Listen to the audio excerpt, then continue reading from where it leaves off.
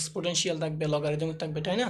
তো এক্ষেত্রে আমি কোন জিনিসটাকে ইউ ধরবো এবং কোনটাকে বি ধরবো সেটা জেনে, ওকে? এটা অনেক বেশি ইম্পর্টেন্ট জিনিস কিন্তু। দেখো তাহলে কি ওটা এর জন্য, এটা মনে রাখার জন্য আমরা একটা হচ্ছে চন্দ্র মনে রাখতে পারি। চন্দ্রটা হচ্ছে কি লাইট।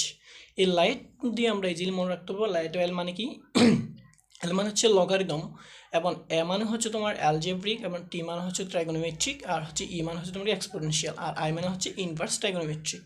অর্থাৎ দেখো এল হচ্ছে কি লগারিদম, লগারিদম মানে কি লন এক্স, লগ এক্স এরকম থাকলে এটা হচ্ছে কি লগারিদম।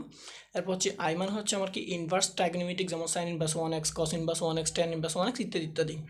এরপর এ মানে হচ্ছে অ্যালজেব্রিক ফাংশন, যেমন x square, x two x one, মানে এক্স রিলেটেড যেগুলো আছে সেগুলো হচ্ছে কি ট্রাইগোনোমেট্রিক এই অ্যালজেব্রিক ফাংশন। এরপর হচ্ছে কি ট্রাইগোনোমেট্রিক হচ্ছে কি sine x, cos x, tan x, cosine ইত্যাদি ইত্যাদি।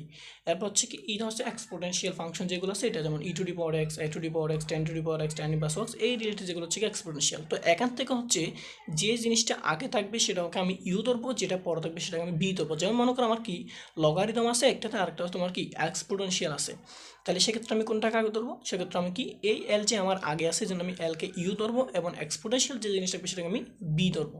ঠিক সিম্পল যদি আমার অ্যালজেব্রিক এবং ট্রাইগোনোমেট্রিক থাকে, তাহলে সেক্ষেত্রে সিম্পলভাবে অ্যালজেব্রিকের যে ফাংশন এই ফাংশনগুলোকে আমি ইউ ধরবো, এবং ট্রাইগোনোমেট্রিকের যে ফাংশন এগুলোকে আমি বি ধরবো। আশা করি একটু বুঝেছি, ওকে? এগুলো হচ্ছে অবশ্যই অবশ্যই মুখস্থ করতে হবে।